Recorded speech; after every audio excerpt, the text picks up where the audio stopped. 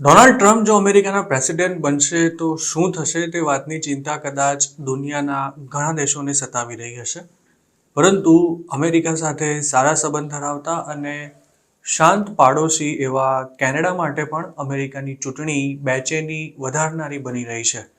Trump જો president બનશે તો અમેરિકામાં બહારથી આવતા માલ પર 10% ટેરિફ નાખી શકે છે અને શક્ય છે કે કેનેડાથી અમેરિકામાં થતા એક્સપોર્ટ પર તેની અસર પડશે.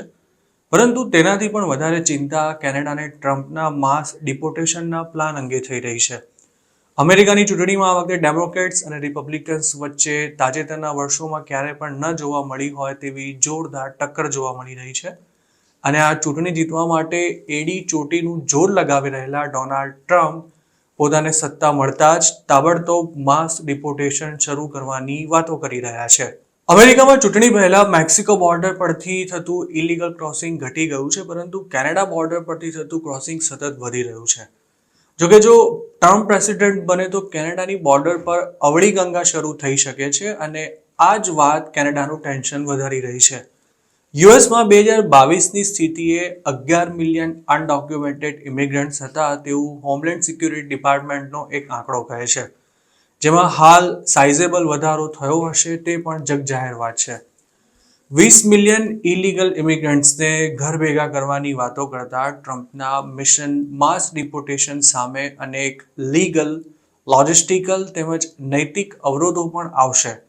મોટાભાગના એક્સપર્ટ્સ એવું માને છે કે ટ્રમ્પના માસ ડિપોર્ટેશનના દાવા માત્ર વાતોના વડા સાબિત થશે, પરંતુ અમેરિકામાં હાલ રહેતા અનડોક્યુમેન્ટેડ ઇમિગ્રન્ટ્સમાંથી 1% ઇમિગ્રન્ટ્સને પણ ટ્રમ્પ જો સત્તા પર આવ્યાના ગણતરીના દિવસોમાં જ ડિપોર્ટ કરવાની કાર્યવાહી શરૂ કરે તો તેનાથી યુએસમાં અફરાતફરી મચી જશે તે વાત માનવી જ રહી.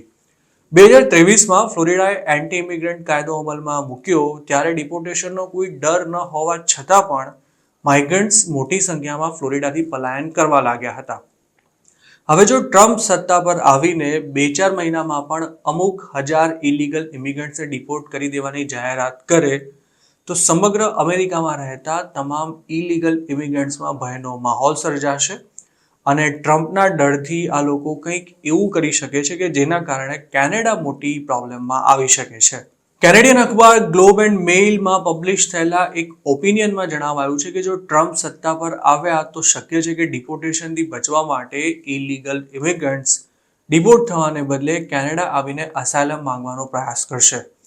આમ તો અમેરિકા અને કેનેડા વચ્ચે 20 વર્ષ પહેલા થયેલા એક કરાર અનુસાર અમેરિકાથી આવીને અસાયલમ માંગનારા ઇમિગ્રન્ટને કેનેડા પાછું યુએસ મોકલી શકે છે. જોકે તેના માટે કેનેડાને અમેરિકાને અડતી પોતાની 8,891 કિલોમીટર લાંબી બોર્ડર પર ચોકી પહેરો ગોઠવવો પડશે. પરંતુ કેનેડા પાસે એટલા રિસોર્સ છે જ નહીં કે તે પોતાની બોર્ડરને એ હદે સુરક્ષિત કરી શકે કે કોઈ વ્યક્તિ તેને ઇલીગલી ક્રોસ કરી જ ન શકે.